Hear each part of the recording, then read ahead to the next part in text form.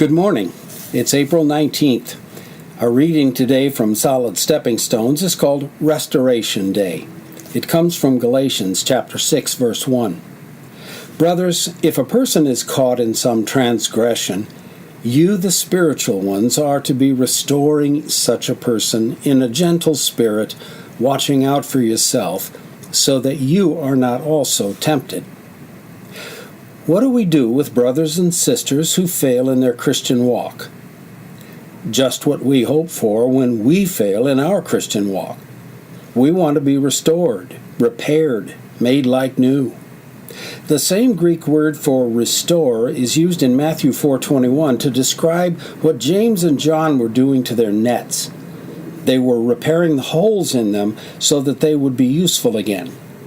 It is also interesting that this word is in the continuous tense in Greek, while the word for caught is a one-time event. What this means is that being caught in transgression is a one-time event, but the restoration process happens over time.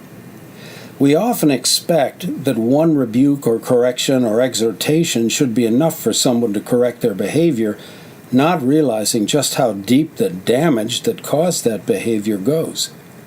When we are assigned the tedious task of correcting someone else, we must never forget that restoration is a process. It is not usually something that will be corrected instantaneously. It will usually require multiple failures and a lot of time-consuming effort on our part. Change is never easy and rarely instant. It will require a gentle, patient spirit and a confirmed commitment to righteousness on the part of the restorer. Today is Restoration Day. When God calls you to restore someone else, you are in for the long haul. But when you are done, a brother or sister will again have become useful, and the whole kingdom will benefit. Let's pray. Lord, John didn't throw out his nets when they became torn. He repaired them. That's how you want me to treat torn brothers and sisters. I am willing to help them be repaired. If you agree with that prayer, say amen. Your readings today are from Judges chapters 6 and 7 and Psalms 133 and 134.